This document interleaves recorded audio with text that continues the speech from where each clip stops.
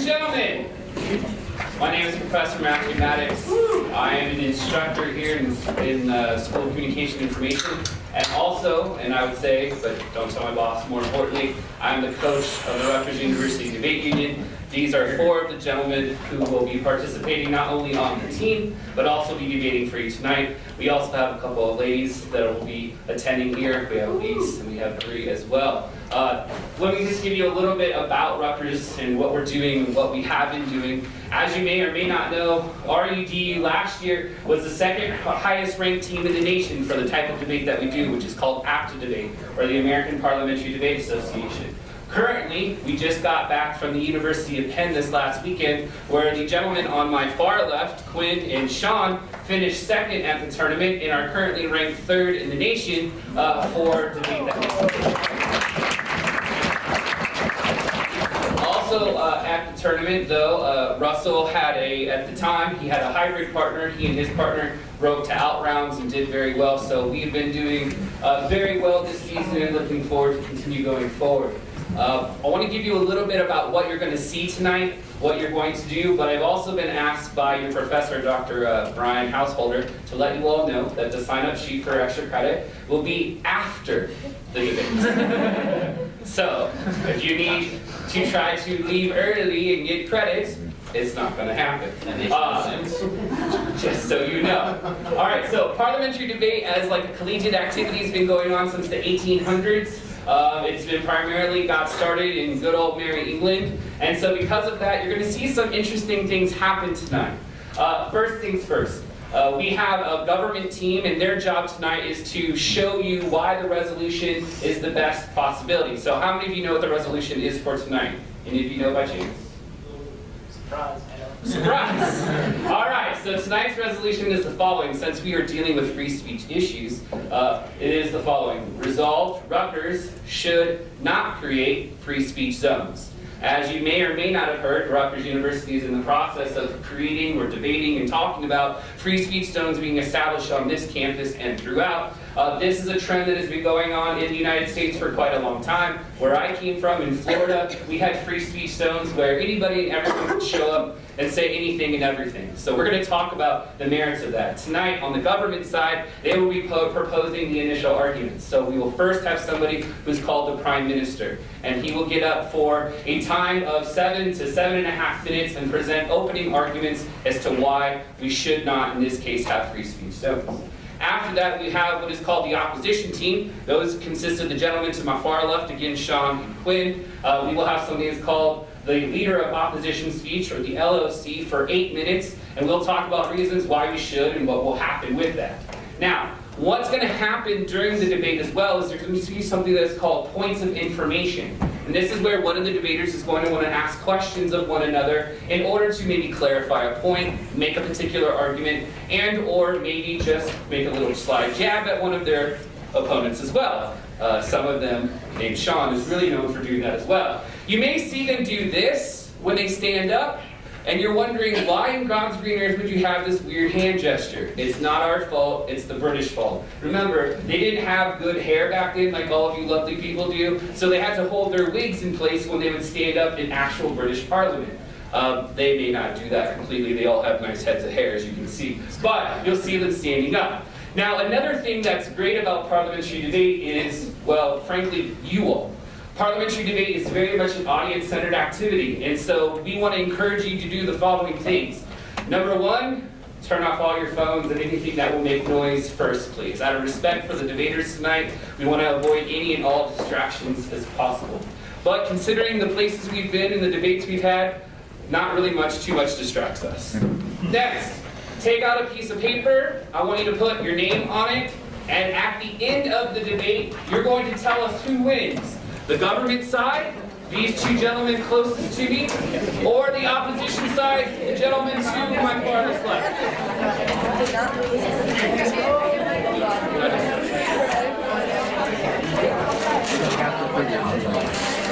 I don't know where that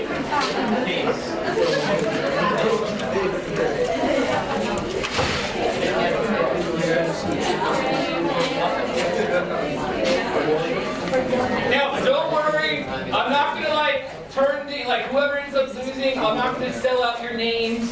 So like they come and hunt you down and yell at you for why you voted. It's just a way to make sure you get extra credit that's properly done. But also to put your name on how you vote. Next. Another way for the audience to participate is the following. If you think that you agree with one of the arguments one of the debaters says, I want you to do one of two things. You either knock, or you can say something to the effect of, hear, hear. And this is an oral way of showing support for the arguments being made. If you've ever actually watched British debate, they get very loud and very raucous. It's a good time. So do not be afraid to knock or to say hear, hear. It may encourage them to keep going with that argument even more. So let me tell you the structure of the debate, and then I'll sit down and go from there. We'll have an opening speech for 7 minutes. We'll have the Leader of Opposition speak for 8 minutes. The Member of Government, his partner, will speak for 8 minutes, refuting the arguments just made by the Leader of Opposition. The Member of Opposition will then refute what the Member of Government just said, and then we'll have something that's a little different. We'll see the opposition give their final remarks first for a speech no longer more than 4 minutes, and then we'll come back to Nick, in this case our Prime Minister, who will wrap up the debate for 5 minutes. So what we're going to do is, after the debate is over, we're going to collect your ballots so we can see who won, and also I'm going to be giving my what is called RFD, or reason for decision, to see who won and why according to my perspective.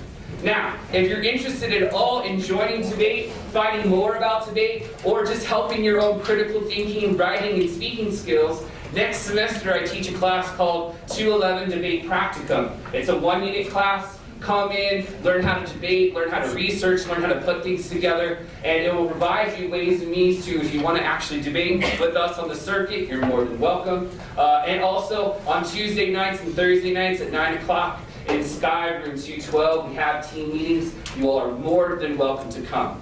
So with that being said, I want to call upon, in this case, the Prime Minister to give us an opening speech no more than 7.5 minutes. Hear, hear. Hear, hear.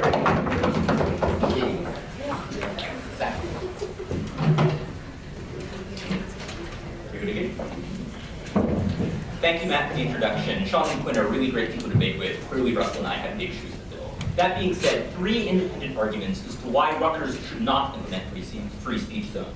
The first that we want to talk about is constitutionality, because we think that if you limit speech to free speech zones, which we will argue that Rutgers is likely to do, this is going to constitute an unconstitutional violation of a right to free speech. The first case we want to talk about is Tinker v. Des Moines Independent Community School District. We think the Supreme Court ruled in this case that non-disruptive speech is permitted in public schools, that if students who were protesting the Vietnam War were allowed to wear black armbands on their arms to show their opposition, and as long as it wasn't disruptive, they were allowed to do this. But more recently, in 2004, a court in Texas struck down a university's free speech zones because they said that a university may open more areas of the campus as public forums for its students, but it cannot designate fewer areas. We think that when Rutgers implements these free speech zones, they're going to limit free speech exclusively to those zones and are going to be more able to restrict it other places. We think that this is incredibly bad. We think cases like this are the reason that Rutgers can't ban the preachers on College Ave who can sometimes be really annoying, especially late at night. We also think there are other cases that actually explicitly say that even owners of private areas, places like shopping centers, cannot prevent people from exercising their right to free speech in those areas. We think that Rutgers is a public institution, but even if you don't buy that there is a public-private split, we think that the argument still applies there. We also think that private institutions are always going to have to follow the same standards. But the second point that we want to talk about under this point is why there are these things called time, place, manner restrictions. And I think that these already solve for all the problems of free speech. This is a 4-pronged standard, and I think that free speech zones actually fail all of them. So the first standard is that these have to be neutral with respect to content. But I think that when you have free speech zones, and when places try to decide, when universities try to decide who gets to use a free speech zone at a certain time, they're going to be deciding implicitly who gets the right to use that space at that time, actively deciding which speech gets amplified and which speech gets marginalized. The second standard under this is that it has to be narrowly drawn. That is, it has to be the least amount of restriction as possible. And we think this policy actually does not cater to the specific needs of individual protesters because it takes away the impact of their speech, which is influenced by their setting. For instance, a lot of protesters might want to protest in a certain spot. For instance, having a protest right outside of Old Queens might be a lot more meaningful than protesting in the middle of the park. We think that the free speech zones are going to actually minimize that. The third standard is that they have to serve a significant government interest. Well, preventing riots and things like this are certainly in the government interest. We think there are better ways of preventing riots than free speech zones. You can have police officers, you can have dialogue with student leaders, there are all sorts of other options. The final standard under this is that they have to leave open alternative channels of communication.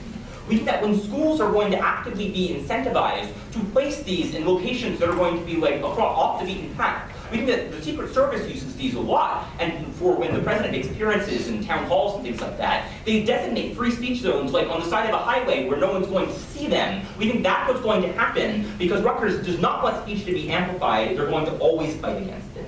But the second independent argument that we want to talk about is why this is going to harm free speech in general. But the first thing that we'll tell you is that a one-size-fits-all approach to free speech is going to be always bad for social movements. But before I get to this, I'm going to answer Sean's question. So if Rutgers does want to limit people's speech and limit controversy, why would they do free speech zones in the dumbest way possible and therefore give every external media a reason to attack Rutgers? Here's the problem with this, ladies and gentlemen. What's going to happen? When Rutgers wants to limit freedom of speech, as we think they're probably going to do, Russell's going to expand on this a lot later, they're going to say, look, we don't have to allow them to protest here or here. They already have these free speech zones. They have areas where they can say whatever they want. They don't need to protest everywhere. They're only being disruptive. This gives Rutgers protection and cover in the media to do whatever they want. Back to my argument, though. We're going to say that the one-size-fits-all methods are always bad for social movements because they take away tools. We think protest movements should be able to protest on the street. They should be able to distribute pamphlets. They should be able to do civil disobedience. They should be able to do all of these things that free speech zones won't limit. But the second thing, we think this tacitly implies that for any speech to be legitimate, they must use free speech zones. And this is a lot of what I was touching on earlier.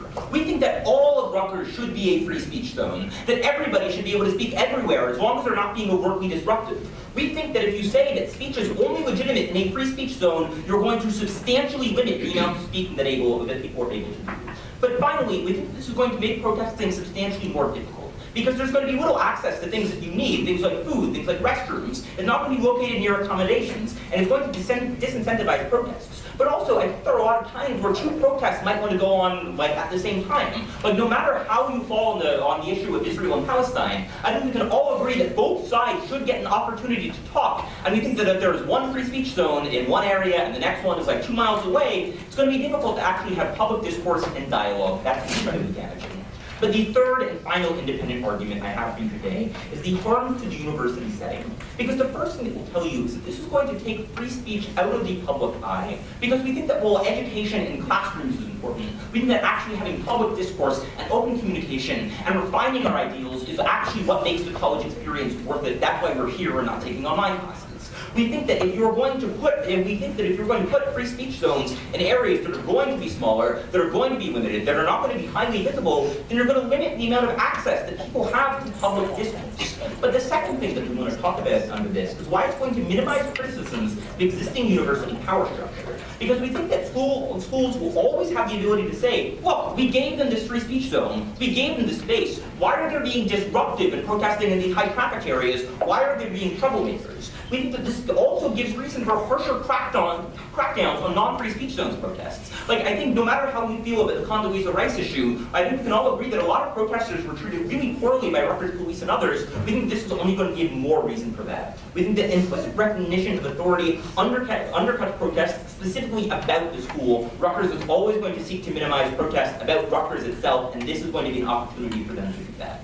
But the third and final thing, I just want to re-emphasize something we talked about earlier. We think that free speech zones are bad, not because free speech is bad. We think that free speech zones are bad because all of campus should be a free speech zone. People should be able to talk about anything, anywhere, as long as it meets certain basic standards of decency. We think that if you are to limit public speaking, and if you're going to limit free speech to certain areas, you detract from public discourse, you detract from the university environment, and you detract from the point of us all being here anyway. We are so proud of those. So after each speech, you clap, or instead of the traditional clapping that you do, the public speaking claps, rock on the table. And now we'll call upon the leader of opposition to give us a rousing speech to refute the arguments just made for no more than 8.5 minutes. Here, here. Here, here, here, here. Everyone ready? So I'm going to start out with a bit of an overview on the way side government elected to argue this case. Because there's a huge contradiction running right through the middle of their arguments. Because on one hand, Rutgers is going to put these free speech zones in the most out-of-the-way places ever, so no one ever has a meaningful ability to speak. But on the other hand, Rutgers is suddenly going to grant everyone protest permits for everywhere on campus. This makes absolutely no sense. If Rutgers is going to implement these free speech zones so poorly, it means they're not going to be granting any of these protest permits. We think these free speech zones serve as a useful prophylactic measure because there are places where you should be able to go at any time without having to get this permit, but at the same time, there should be limits on that sort of thing. 3 arguments that I'm going to advance before I go back to theirs.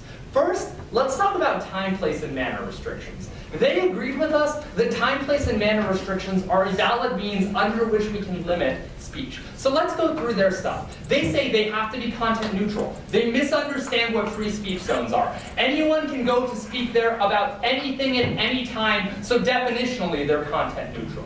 Then they say this has to have some sort of, this have to be narrowly tailored, which means there are no less restrictive means. This is a misunderstanding of the constitutional standard. Time, place, and manner restrictions are not held to strict scrutiny. They're held to an intermediate level of scrutiny, which means as long as they're somewhat reasonably tailored to achieve this end, that's fine. But this is also premised on the idea that universities would use this to crack down on speech in other ways, which makes no sense because then it would be that action that's unconstitutional and not the opening of the free speech zones itself.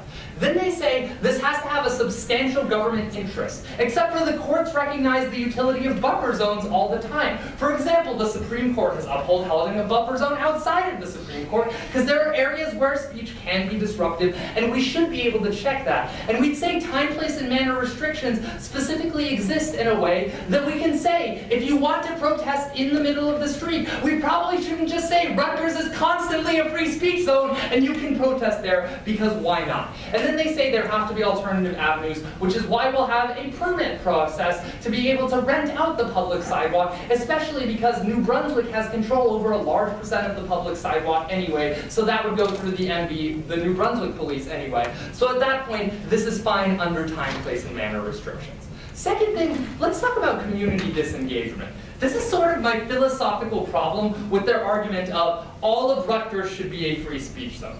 We think there need to be limits on where speech can be completely unbridled with absolutely no restrictions. Why? We think that there are ideas that lead to irrational engagement and lead to neither side actually really talking to each other. For example, if you were to put up pictures of aborted fetuses all over College Avenue, that would be very, very shocking, but at the same time, I don't think it would lead to much rational discourse, and it would only lead to a one-sided discussion. For example, showing a picture of any medical procedure can be very repulsive to people, but people would think this is unique to abortions, and thus would only lead to a one-sided discussion of the issue. What we tell you then, though, is when you actually have a free speech zone in an area such that people have knowledge that everything in that area can be said, they're ready for that sort of idea to hit them, which means they can actually meaningfully engage with it in a rational way that leads to a productive discourse instead of just lots of people yelling at each other, which is not productive for society. But the third argument I'm going to call impacts to the university. I'm going to lay a binary to them here. Essentially, they say, we think you should be able to say anything, anywhere, when it's not going to be disruptive. Except funny, it sounds to me like the permit process that we would have on our side of the house would be exactly screening for, are you going to be too disruptive? For example, if you're going to go in front of Hillel and just scream about how the Holocaust didn't exist, that isn't going to lead to productive discourse, and that's not an idea that we think the university should be encouraging people to express in that way. Do you or do you not think that meaningful discourse came about from the Condoleezza Rice protests that occurred outside of Old Queens? Honestly, I think a much better form of discourse would be if everyone calmly sat and talked to each other instead of the administration and students just yelling at each other constantly and talking past each other. Because that's exactly what led to the massive crackdowns on protests, and that's exactly what led to the administration seeing the students as so unreasonable, and the students not wanting to engage with the administration because they perceive them as unreasonable for that crackdown too. If instead you have a reasonable discourse where you say, we're going to try and make the protest very calm, very peaceful, you can actually get that sort of reasonable discussion, and we think this sort of unfettered free speech should be localized in certain areas instead of being the norm of all across campus. What do they say on this? They say this is unconstitutional. They say non-disruptive speech can't be limited except for speech can be limited under time, place, and manner restrictions, so this argument is a total non sequitur.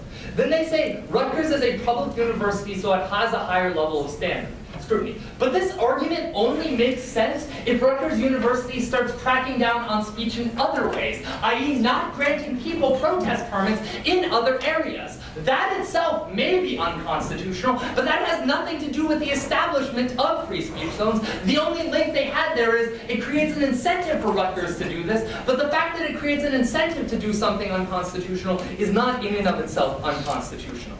Then they talk about time, place, and manner restrictions. I already dealt with all of those prongs for you in my own arguments and explained why these are content neutral because anyone can go to speak there. These are somewhat narrowly tailored and that there exists to give people an out where they can speak without screening for where it's disruptive first, but will also let them say their speech won't be disruptive. Then they say there has to be a government interest. We talk about how buffer zones are necessary for respect and meaningful discourse. And then they talk about alternative chances. I've already hit on that ad nauseum. The second argument they say is that this is going to harm speech. Essentially what they say is that, well, if your speech isn't disruptive, you should be able to say it anywhere. Except for we think that's exactly the kind of thing it would look like for a permit application. And either they get rid of the permit application on their side of the house, which means they can't actually screen speech to see if it's disruptive, and you do get people saying the Holocaust didn't exist and screaming it at the Hillel House, which isn't in any way productive, or they don't get rid of the permit application, and they have all of the exact same incentives of Rutgers existing to actually crack down on people and not allow the speech to exist, so they get no comparative benefit for speech here. Then they say that it's probably going to be bad and both sides should be able to get a time. Protests should both be able to get a time to speak. But again, this assumes that Rutgers is going to do free speech zones the dumbest way possible. As the Rutgers University administration, you can decide to give multiple free speech zones. You can put one in front of Broward, for example, but also one at the Scott Hall bus stop. I don't know, these are examples of how you can actually make sure people have this, and also groups can coordinate between themselves, but everyone also has access to these things at the same time, so at that point, it's up for them to decide when they protest. The third thing that we talked about is that they harm for the university. They say free speech gets taken out of the public eye. But I feel like if free speech zones are just used as a huge tool to suppress speech, that's the exact sort of thing that would get printed in the Targumore. That's the exact sort of thing that would lead to more coverage in the media. That's the exact sort of thing that would lead to more scandals for the administration. So I don't think they actually have this incentive to use free speech zones in this way. Then they say this incentivizes people to crack down on speech that happens outside of speech zones. When it's done without a permit, sure, but the problem with speech done without a permit is it can very easily be disruptive. You can do things like block traffic. You could just walk in the middle of the road and be like, we think traffic laws are oppressive. If you want to protest against them, sure, go ahead. But you should have to clear that with people first. Finally, they say that all of campus should be a free speech zone if it isn't disruptive. This disruptive argument is what's losing them the round. Either they get rid of the permit application, which means they can't screen to see if people are disruptive, or they keep that permit application, which means they still get the exact same amount of censorship on their side. Here. Sir, will now call upon our member of government to give us a route to speech to refute the LOC for no more than 8.5 minutes. Here he is, please. The fundamental problem when they get up here and talk about how protest permits already solved is that they neglect to mention, and as they kind of bite into when they inherently say New Brunswick is the one in charge of these protest permits, They don't recognize that when Rutgers is the one dealing with what they're going to allow and what they're not going to allow, that Rutgers bureaucracy tends to be wildly politicized and wildly acts in its own best interest time and time again. I think we need to accept that Rutgers oftentimes acts in what its perceived best interest is, as opposed to what is actually the best interest of its student populace. I think that discourse is a key fundamental value of us being Scarlet Knights when we get down into the classrooms, when we walk down the streets, and when we have to deal with ideas that we may not necessarily agree with. Here's the problem with their argument. The problem is that they literally buy into all of the ideas that Rutgers bureaucracy always has your back, is always going to be there for you, while neglecting to mention things like the "are you screw?" Namely, when there are times when we get up here and we see that the current power structures are fundamentally so oppressive that we need to rise above these power structures and protest their fundamental core. On their side of the house, they lead to biting into all the harms of the pre-existing power structure. That you ought to listen to the institution, you ought to listen to the man, and you ought to buy into all of these structures in the status quo. They think this is going to solve, but the problems are very clearly manageable. The first thing that they talk about is about time-based matter restrictions. They say it's fundamentally content neutral. Here's the problem. The problem is that in operating these systems, you need to have an ability to choose who gets in these places and who does not. The reason is because this is the only way to prevent an individual group from having a monopoly on these free speech zones. That means Rutgers is going to need to literally sign off on who uses these spaces and for how long, much like how they already handle things like the library. The problem is then, is it doesn't become content neutral. Rutgers has clear perverse incentives to give certain groups priority of certain key choice locations, like in front of Broward versus other locations. We think that in and of itself is not content neutral, and that's violated there. Moreover, when they get up here and talk about how there's going to be this intermediate standard of scrutiny, I think insofar as this four-pronged standard is what we've upheld in the time and time again Supreme Court cases over and over again, we need to make sure that there's going to be some sort of key benefit here before we infringe upon these speeches. We tell you that one of the biggest problems about the notion of it not being content neutral is the impact of the speech itself. That I think it is far more impactful when a student protests outside of Old Queens than when they're literally hustled off to this small isolated corner of campus. That when you deprive the impact of the speech, you are also depriving its merit. And that's why it's not going to be meaningful in this case. They didn't talk about how it has to have a severe governmental interest. They don't deal with the fact that alternatives solve. You can have police there to maintain things like buffer zones, to ensure that no violence takes place, to ensure that people who are acting rude and obnoxious and disruptive can be taken off. On our side of the house, we actually maintain meaningful standards of discourse without fighting into all of those harms. The last thing to talk about is about the permit process. We said if New Brunswick's the one controlling this, they don't meaningfully have any solvency for controlling whether or not New Brunswick uses this in a meaningful way. Instead, we tell you that Rutgers is going to wildly politicize this in a meaningfully pernicious fashion. The second independent point they talk about, though, is about how there's certain irrational ideas, like the aborted fetus pictures. So, look, guys, I think what we need to recognize is that just because an idea makes a person uncomfortable, just because an idea is something that we fundamentally disagree with, does not mean it doesn't necessarily have to be something we are going to engage with in the real world. That these are ideas that we're going to possibly have to deal with. People are going to be making these arguments in their day-to-day working lives. What we do on our side of the house is instead make sure that people can weigh these ideas in an academic environment and prove them wrong academically, instead of just having them be reduced to the worst possible form. They might get up here and say that some of this stuff incites people. So in those instances, we would be okay having certain time-place matter restrictions. We defend those on our side of the house. The distinction, however, is that time-place matter restrictions meet all four of these prongs. Their standards do not. These free speech zones are uniquely violated and don't solve. They get up here and talk about things like people protesting outside the Hillel and saying things like the Holocaust doesn't exist. So I think that we've given very clear reasons why this meets, for example, disruptive speech, is disturbing of the peace, and all these types of standards. They get up here and say, well, people need to brace for the idea before they have some sort of contact with it. Look, I think it's far better that in an academic environment we embrace these ideas wholesale, and we can actually work to debate them like we're doing now, instead of just wholesale saying these ideas don't hold any merit at all. The last independent point to talk about those impacts is say these permanent processes have already solved. I think insofar as it doesn't solve for various other types of protest movements, the ability to go around and hand out flyers, the ability to do things like civil disobedience, and actually gives carte blanche to the school to literally have protesters carted off by making them look like they're acting wholly unreasonable, I think that's way worse. Instead, they meaningfully implement a system that wholesale undermines the notion of what free speech actually is by literally saying that certain places on the campus are free speech while other places are not. We think the entirety of campus ought to be seen as free speech, especially in classrooms, and as such, we think we're very good. The first thing that we talk about is about why this is illegal. We talk about cases like Tinker v. Des Moines, which very clearly sets forth a standard as to why we as individuals think that private institutions very clearly ought to be taking a process that is non-restrictive of individuals' rights to free speech, so long as it's non-disruptive. They agree with this. They say time-based matter restrictions. But we tell you that on our side of the house is that there still can be additional values of non-disruptive speech, that is things like civil disobedience. On their side of the house, they make it so that these individuals are the ones who are going to be arrested. These are the ones who are going to be cracked down upon. And these are the ones who individual schools are going to literally make look far worse. We talk about why various places like the University of Texas have already struck this down, that they're literally making areas seem far more restrictive than they actually are. They get up here and say, well, are they actually going to crack down on people when the media is going to scrutinize this? I think the incentive to crack down is still going to be there. I think that insofar as that's meaningfully pernicious, they're going to lose the round on that, sure. Russell, do you think the administration is going to get rid of the entire permit application process to protest on your side of the house? I think it is very likely that they will make the protest process extraordinarily difficult to get, and they will make it wildly politicized, as they've already done time and time again with various other things that we've seen on campus. On our side of the house, we prevent this from happening by saying that anyone should have the right to espouse their views. We talk about time-place manner restrictions, cross-apply the analysis that we've already talked about. The second independent way that we talk about those is about the harms to free speech. We tell you that one-size-fits-all programs for protests is fundamentally bad. They get up here and say, well, permit applications screen for things like Holocaust deniers.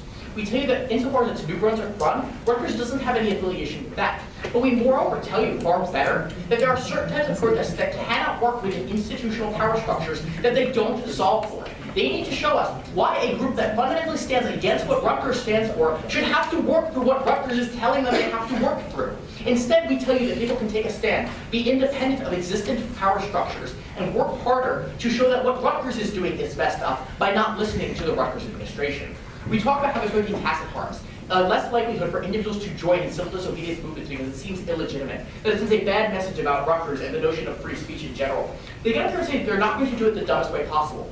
But I think that insofar as they're choosing who gets permit applications, and as far as they're choosing all sorts of other processes on their side of the house, what they actually do is make it far worse. Because Rutgers is never going to grant the ability for very controversial protest groups to get the key primo spots for these free speech zones. They may put ones that make themselves seem in the best possible light, but not the most important protests, not the ones that need to be heard, and not the ones that are often the most controversial and will draw things to the spotlight. We should be protesting becomes way harder, we don't get a meaningful response. The last thing we talk about is about functions of the university. We tell you that free speech is going to be shunted out of the public eye. They say the charter is going to solve for this, guys. So first, a lot of people don't read the charter. That's pretty clear. But even if you don't buy that, I think one of the biggest problems is how this actually gets meaningful media attention. Because these protest groups aren't seen by the students, aren't put in front of Broward. They're put to some godforsaken part of campus that no one really even knows exists. And then the school can say, well, the students have their spot over there. This gives them the ability to always say, these are the students who are protesting, not the ones here. These are illegitimate. Let's crack down on them. They say that people who are protesting without a permit are acting disruptively. I think that insofar as we've seen time and time again with Vietnam riots, with the abilities of students coming forward for things like the Condoleezza Rice debate, this can lead to meaningful discourse and meaningful productivity. It led to us having debates about Condoleezza Rice coming to Rutgers. That was productive discourse. We get that on our side of the house. We think discourse in an academic environment is fundamentally beneficial, even if it's ideas that we fundamentally disagree with. We think that's why we very clearly win this round, and we're so proud of those. Here, here. The member of government for giving his arguments will now call upon the member of opposition to give his refutation for a speech not to exceed 8.5 minutes. Here. Maybe one or two questions will be asked or not. I don't know. I have a couple questions.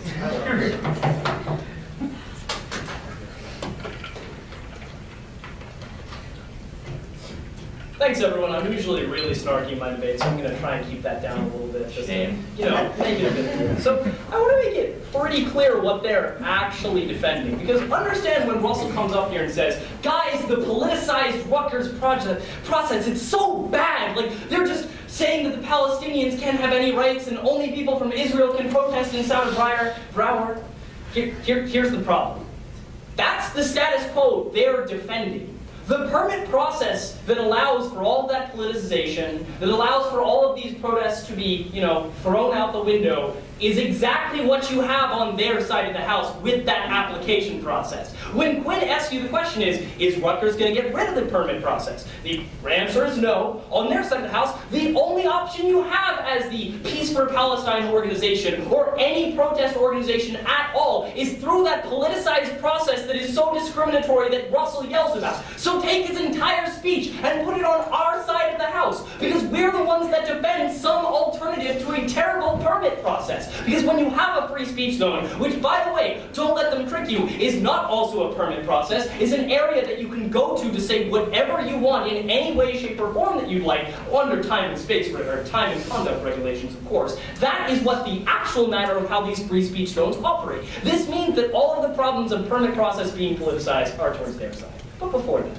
Sean, if there's no permit process for these free speech zones, how are we going to keep them from being monopolized by like one crazy group of creatures in front of the student center? so because other people also want to use these areas, because protests can also be coordinated in those areas, you can create a Facebook event and say, let's all go to this area at a certain time. I'm pretty sure throughout many of the weeks that we've been here, we've all gotten the Facebook invites of have this sort of memorial for a Rutgers student that died, or have some sort of protest for vegetarianism. Just because preachers use it in certain circumstances doesn't mean that it's going to be dominated by those people, because furthermore, they're also the ones that are targeted in a lot of these areas and probably won't want to be there as much time. So we don't think that it's going to be dominated by preachers, especially considering there are not really that many of them when we really think about it. It's usually like one or two of them. But yeah, so moving into the actual arguments that they give. So Russell comes up here and he starts saying, free speech zones need to have a process of staging things. No, we're just going to have it as a good area that's going to be in a centralized location that people can hear. So they're going to say, but Rutgers is incentivized to make it in the worst possible area. Because Rutgers clearly doesn't have an incentive to prevent any future scandals. Because Rutgers has a ton of political will to actually deal with other scandals in the future, because it's not like we've had tons of them in the past. Then maybe Rutgers is going to be one of the universities that will be uniquely benefited by trying to stay out of the public spotlight for maybe a year at least.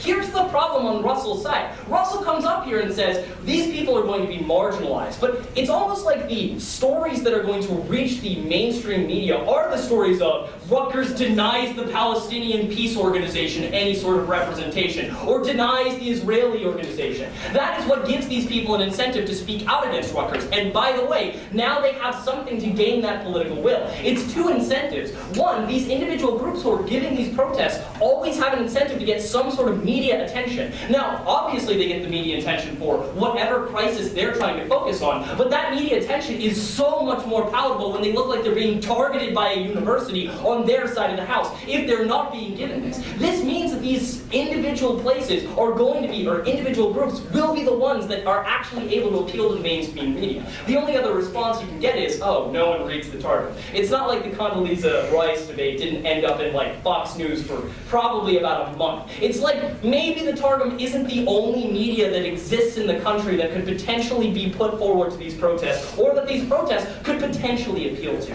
I don't know, maybe reasonable. But the next thing Russell says is, guys, uncomfortable ideas are ideas too. Yeah, we agree. We're also letting these uncomfortable ideas being shown in the free speech zones. This is not responsive to Quinn's actual argument. Quinn tells you the reason why these ideas are bad, say the people just putting up pictures of abortion, it's because these people don't want to talk about abortion. People that want this sort of circumstance aren't there for the discourse. They're there to try and change people's minds and not actually get any sort of leeway on their side. The discourse that we think actually creates a middle ground in the way of solving society's issues is just the one that has equal forms of discourse. When you have these free speech zones and everyone has access to it, each individual party standing up for a different idea has an incentive to bring as many people as they can. This means that you always have relatively equal sides by these organizations trying to bring people that support them there, as opposed to on Russell's side, you don't necessarily have that same sort of equitable force, because these free speech zones necessarily aren't going to be the same areas as what the abortion protesters will be working on, because the abortion protesters will get a permit on his side of the house.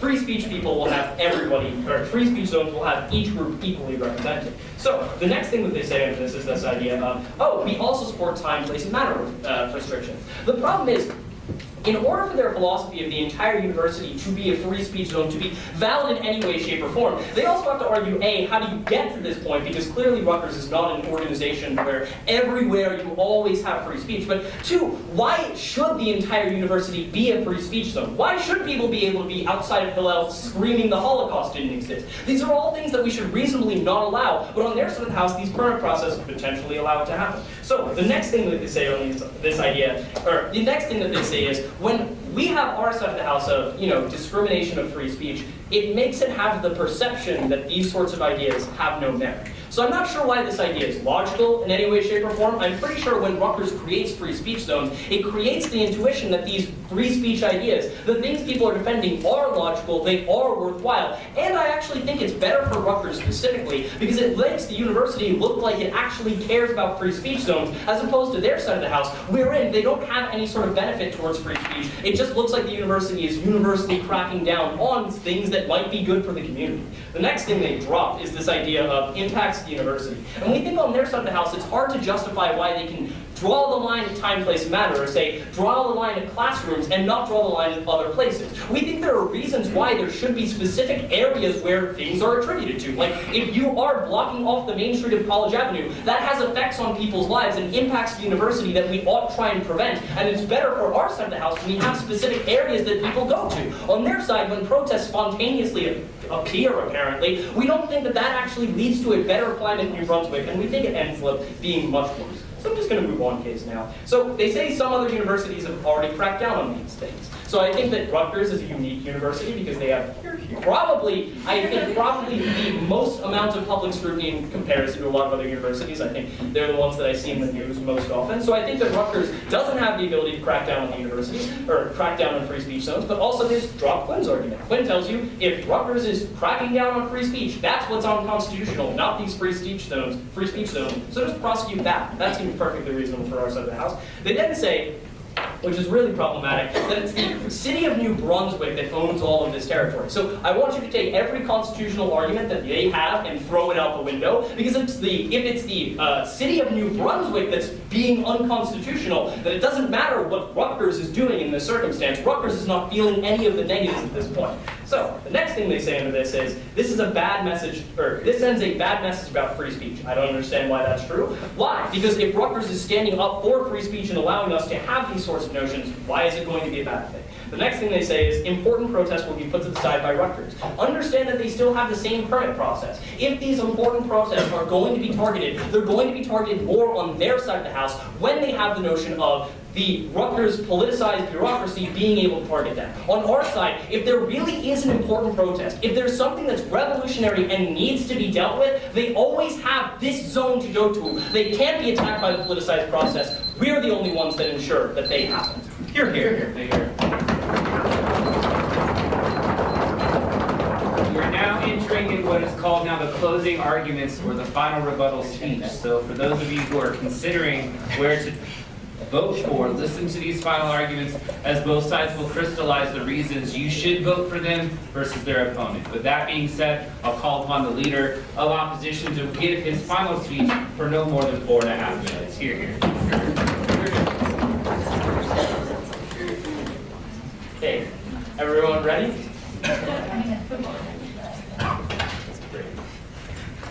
Thanks, everyone. I hope you've enjoyed this debate. I'm going to have 3 main areas I talk about. The first thing I'm just going to broadly talk about is, how is free speech going to work? Because what we've told you is, on both sides of the house, there is going to be a permit application process where you can apply to the administration or MBPA or whoever controls whatever sidewalk you want to protest on. And if your protest isn't going to be too disruptive, they'll let it in. What they tell you is the administration wants to crack down on all speech that is critical of them. So maybe this is just me, but I don't think of the administration as this evil group of shadows that conspires to coagulate its own power in this specific way. But even if that's how you think of the administration, here's the problem. Free speech zones uniquely do not require a permit, which means no matter what they do on our side of the house, people will always have an area they can go protest. They will always have an area where they can go talk, where they can make sure that their ideas get heard. On their side, if the administration is this evil, they will be cracking down on all forms of speech they disagree with, which means they don't get this ability to air their grievances, and that's particularly bad. The only argument they have going for them is, what's going to stop 1 or 2 crazy preachers from controlling the whole area? Look, eventually the voices will go away, they'll have to go home because it'll get late, and if they only have a couple people, they're not going to be able to monopolize the zone for 16 hours a day. But If a student group can mobilize thousands of students such that they consistently organize a vigil with a few hundred of them at that free speech zone consistently, I'm fine with saying their idea needs to be heard for a while because they have that many people that care about it. Second question, when should protests happen? Because what they tell you is that protests should happen whenever they're not disruptive and whenever they're like respectful in some way. And we tell you we can meet these time, place, and manner restrictions in a few ways. First of all, the fact that free speech zones may create an incentive for Rutgers to do unconstitutional things does not mean the zones themselves are unconstitutional. It would mean the barring of people from getting permits to ever speak would be unconstitutional. But let's go through all of their prongs to this standard and see why we meet all of them. First of all, it's content neutral. No restrictions on who can use free speech zones. Check. Next, narrowly tailored. We tell you the permit process is a reasonable way to ensure that extremely disruptive speech won't happen outside of these zones because there's serious injury risks. There's serious risks with, like, if you're blocking traffic, that's going to cause significant harms, and we think the permit process is actually a reasonable way. Then they say government interest. Government consistently upholds the constitutionality of buffer zones for the executive, for the Supreme Court, because we specifically think there are some times when you shouldn't be able to speak at that exact time, but we can make sure it happens later. Finally, there are other avenues of communication. New Brunswick can grant these permits, and whether or not New Brunswick does has nothing to do with the constitutionality of Rutgers' argument specifically. What we tell you then specifically is Rutgers is granting people a reasonable access to protest when it leads to a good discourse and making sure that there will be good talk. Third question, what is the impact of discourse? Because essentially what they say is you need to be prepared for horrifically offensive ideas because those make you think more. Here's the problem. When you're just confronted with a horrifically offensive idea and you had no idea that was coming and it just slams you in the face, that does not lead you to rationally consider the merits of that idea. That leads you to be dismissive, to dehumanize the other side, and to say their policy is completely irrational and I don't want to deal with it. Here's why free speech zones are excellent then. We tell you people can actually be prepared for the ideas they're about to engage. So when we have a debate about Condi, instead of half of the people being like, Condi killed my family, we can have a reasoned discussion on when you should let someone speak at your university versus when you shouldn't, and whether or not Condoleezza Rice met that standard. Now, in order to wrap this debate up, we will now call back the Prime Minister to give us his closing arguments for a speech not to exceed 5.5 minutes. Here. Thank you, Mr. Speaker. Sean is probably the most beautiful speaker I've ever heard. Bree, you are a lucky woman. But I still think he misses out on a lot of really important things. So I have 3 questions. First, what does Rutgers want? Because I think it's very clear that they don't want a lot of public discourse. I'm going to address this a little bit later. But I think one bit of evidence for this is the room we're in right now. Like, there's a reason, ladies and gentlemen, that the Free Speech Week is in a hard-to-find live room in Alexandria. Jump around that event on a Thursday night, too. I think that's believe it. You know why that is? It's because Barchi and his henchmen don't engage with student groups. They don't want to work with you. The professors' union marched on Old Queens today. Barchi and his henchmen, again, didn't say anything because they want to stifle the public discourse. Because bad PR for Rutgers isn't going to help them get more donations to sustain like Big Ten facilities and things like that. I think that Rutgers actively wants to limit this type of public discourse, and they're going to use free speech zones as the means to which they can do that.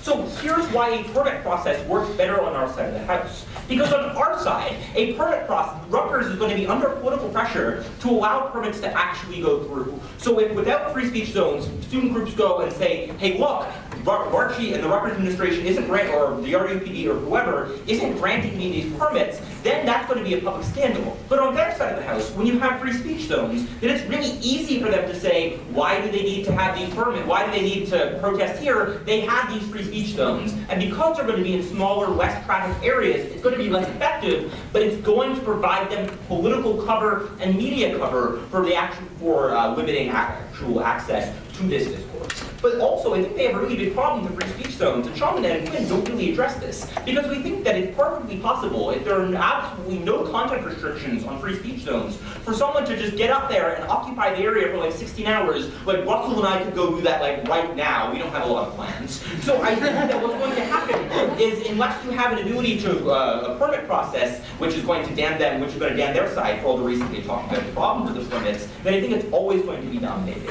I think that on our side, we can still deny Holocaust deniers permits, but they're going to be under media pressure to grant permits and to grant access to free speech everywhere because of the media pressure that will inevitably happen. But secondly, I want to ask, is context important? Because even if these things are implemented incredibly well, even if they're put in really well-trafficked areas, they're sure as hell not going to be put in front of old queens. So I think, and I would argue that most people would agree, that the I Have a Dream speech was a lot more effective because it was outside of the Lincoln Memorial. Maybe Old Queens is not quite as emotional and impactful as the Lincoln Memorial, but I still think it shows something really important. But also, I think they're going to put these free speech zones out in areas where you're not going to be able to contact people in power. So like administrators, like I talked about before, don't want to listen to you. So I think that if you don't have the ability to make them listen to you by protesting outside of Old Queens and places like that, then you're never going to have access to that. You're never going to be able to meaningfully engage with them, and you're going to lose all contact and all importance with the people who are in power. On their side of the house, the university, even if they don't put it in areas like the stadium parking lot, they're probably not going to put it in the most highly trafficked areas. It's going to ruin the ability for protests to use context, to use the area where they are to actually improve their message. I think this is going to be incredibly problematic for their side. Our side allows people to use the power of context while still being limited by while using permits to a certain extent. But the third and final question I have is what creates the best discourse? Because I think this is the reason we're all here. Like I know every single one of you is here because you care deeply about free speech and it has nothing to do with extra credit. But I think that in all seriousness, I think having discourse, having conversations in classes and having conversations outside and seeing protests and seeing arguments like what happened with Condoleezza Rice, I think this is why we go to college. This is why we have these experiences. This is why we come here, and this is why we allow ourselves to be uncomfortable with certain speech sometimes. I think that on their side of the house, these free speech zones are going to be smaller. They're going to be less trafficked areas. They're not going to be something that you see every day when you walk through the street. Whereas on our side of the house, even if people are made uncomfortable sometimes, even if this causes conflict, I still think that we have a better access to discourse. The only argument that Quinn and Sean have is like, look, if you're going to be confronted with an immediately offensive idea, it's better to be in an area where you're prepared to deal with it. But I think the problem with that is if you buy their argument that free speech zones are going to be implemented and are going to be put in fairly well-trafficked areas, then you're not going to have the ability to avoid them. You're not going to be able to make sure you don't encounter them, and they have all of the same problems. Clearly, our side allows for more discourse, more respectful discourse, and more civil discourse in appropriate areas, in areas where we're actually able to have free speech, and areas where we're actually allowed to have public discourse, which we think is why we are always going to win this debate. We are so proud to be one of those.